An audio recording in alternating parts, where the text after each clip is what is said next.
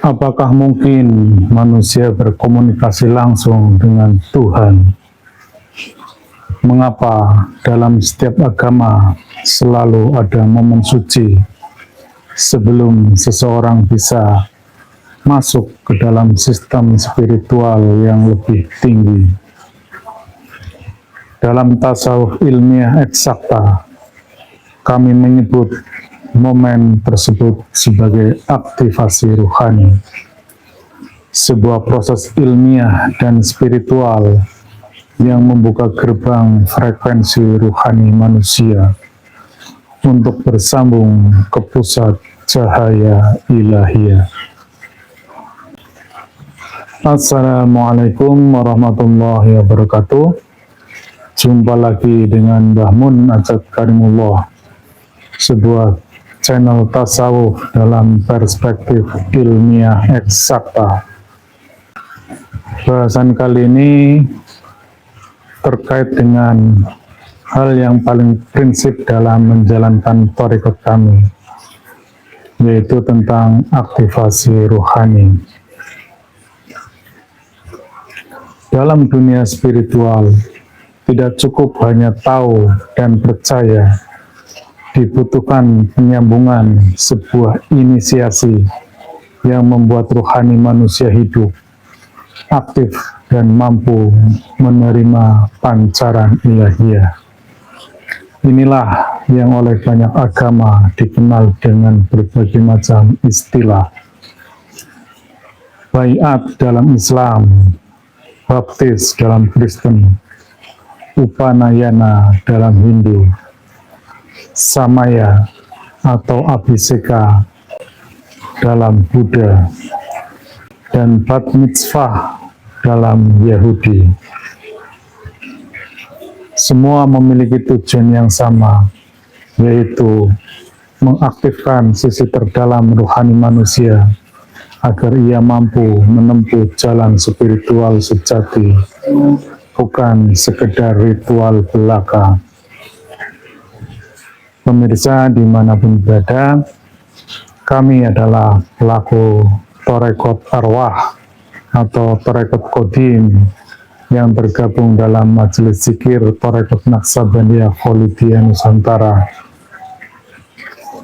Dan tentunya kami fokus dalam mengeksplorasi ruang-ruang ruhania, ruang-ruang batinia. Dan salah satu hal pokok dalam metodologi thariqat kami yaitu aktivasi ruhani. Aktivasi ruhani dimaksudkan sebagai upaya untuk mengaktifkan ruhani manusia, karena dalam diri manusia ada entitas qadim, entitas percikan ilahiyah. Dia adalah roh. Lebih lanjut, roh manusia tidak hanya berfungsi sebagai daya hidup, tetapi dia juga sebagai potensi nur iman dan nur kitab. Atas dasar hal tersebut, maka dengan diaktifkan potensi nur iman dan nur kitab, maka seseorang memungkinkan untuk dapat tercerahkan, untuk dapat bersambung ke dalam sistem wasilah. Dan dengan terbukanya nur kitab, maka seseorang ruhaninya berpeluang untuk bisa membacakan ayat-ayat qadim. Hal ini sesuai dengan Quran surat Asy-Syura mulai dari ayat 51 dan ayat 52, yang pada prinsipnya pada ayat 51 bahwa Tuhan tidak mungkin berkata-kata langsung dengan manusia kecuali melalui tiga hal, yaitu dengan perantaraan wahyu, melalui utusan, atau di balik tabir.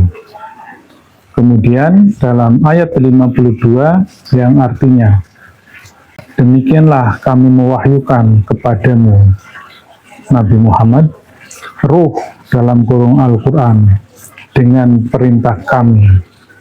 Sebelumnya engkau tidaklah mengetahui apakah kitab dan apakah iman, tetapi kami menjadikannya kitab tersebut cahaya yang dengannya kami memberi petunjuk siapa yang kami kehendaki di antara hamba-hamba kami.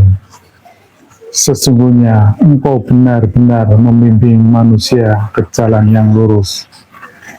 Atas dasar hal tersebut, maka sebagai perwujudannya dalam pelaksanaan tarekat kami, yaitu ada sebuah metodologi, yaitu aktivasi rohani. Sehingga dapat disimpulkan bahwa dengan teraktivasinya rohani kita, tentunya dengan melalui bimbingan sang mursyid yang kamil mukamil, memungkinkan untuk bersambung kepada tali wasilah. Tali wasilah adalah sebuah sistem kebersambungan rohani manusia dengan Allah Subhanahu wa Ta'ala melalui rohani Rasul sebagai adaptor dimensional, dan sekaligus teraktivasinya nur kita dalam roh kita, sehingga kita berpeluang untuk bisa membaca kalam qadim atau Quran qadim. Itulah hal yang sangat mendasar yang menjadi metodologi dalam pelaksanaan tarekat kami. Pemirsa dimanapun berada, sebagai tambahan pemahaman atau pengetahuan bahwa ternyata praktek aktivasi rohani telah dilakukan di agama-agama lain di sepanjang zaman ini. Yang pertama dalam Islam. Dalam Islam dikenal dengan istilah bai'at. Di zaman Rasulullah, para sahabat dibai'at langsung oleh Nabi dengan menjabat tangan beliau. Bukan sekedar sumpah, tapi penyambungan rohani ke Allah Subhanahu wa Ta'ala lewat rohani Rasul. Sebagaimana Quran surat Al-Fat ayat 10 yang artinya, sesungguhnya orang-orang yang berbaiat kepadamu, sesungguhnya mereka berbaiat kepada Allah. Tangan Allah di atas tangan mereka. Jadi di situ jelas sekali menggambarkan. Ada juga baiat Ridwan, baiat Aqobah, dan baiat perempuan sebagaimana dijelaskan dalam Quran surat Al-Mumtahanah ayat 12. Namun kalau kita cermati pelaksanaan baiat saat ini sudah nyaris ditinggalkan. Hal ini karena saya sendiri berislam tidak jelas kapan mulainya, karena dari kecil saya hidup dalam keluarga yang muslim sehingga tidak ada proses baiat. Jadi saya langsung bersyariat sampai tua, sehingga tidak ada momen khusus kapan saya memulai beragama. Kemudian dalam Kristen kita mengenal istilah baptis. Dalam teologi Kristen, baptisan adalah momen kelahiran kembali melalui Roh Kudus. Yesus berkata, sesungguhnya jika seseorang tidak dilahirkan dari air dan roh, ia tidak dapat masuk ke dalam kerajaan Allah.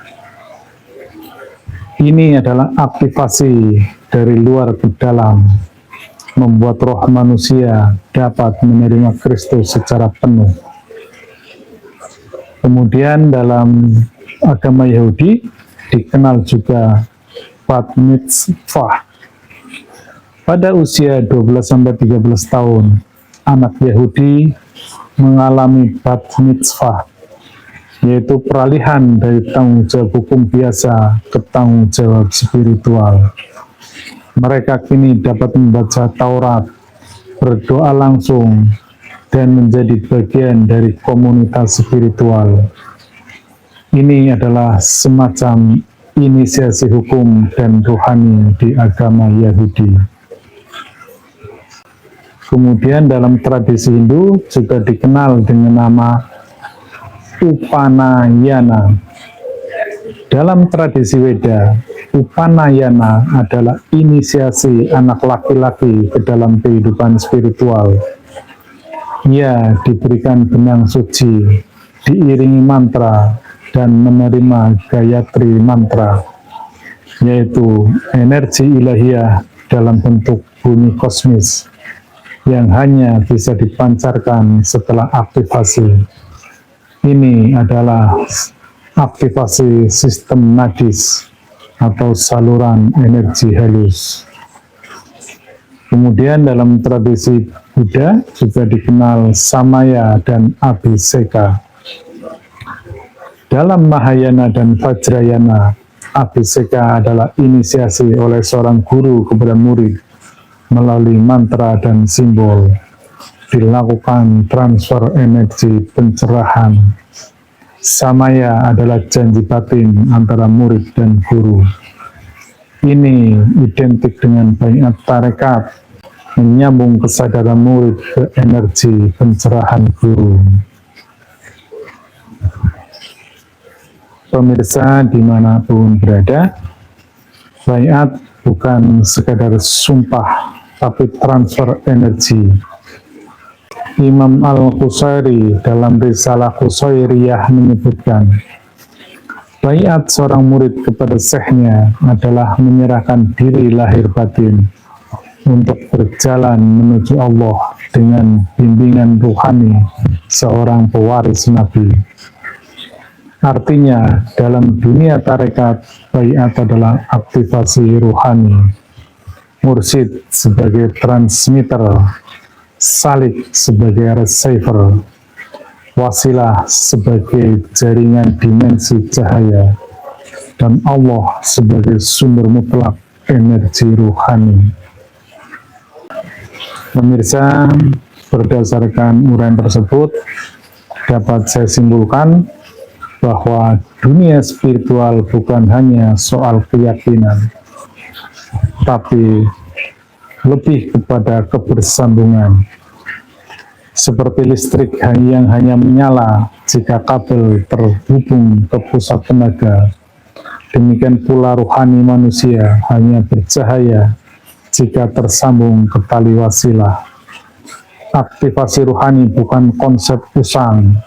Ini adalah teknologi ilahiyah tertua yang kini bisa kita pahami kembali dalam bahasa frekuensi, gelombang, dan energi kuantum. Demikianlah yang dapat kami sampaikan. Semoga ini menambah pemahaman kita. Sekaligus kami ingin mempertegas kembali bahwa dalam memahami agama, khususnya agama Islam yang saya anut, ada dua kanal besar. Yang pertama melalui jalur tekstual yang merujuk pada teks, hadis, dan Quran tentunya sebagai sumber primernya. Atas kedua sumber primer tersebut, maka lahirlah turunan-turunannya yang merupakan hasil pemahaman para ulama, baik itu bentuknya mazhab-mazhab atau aliran-aliran akidah, sehingga pada endingnya umat menjalankan ibadahnya berdasarkan teks tersebut, berdasarkan literasi tersebut, dan berdasarkan pemahaman yang diajarkan oleh para pendakwah.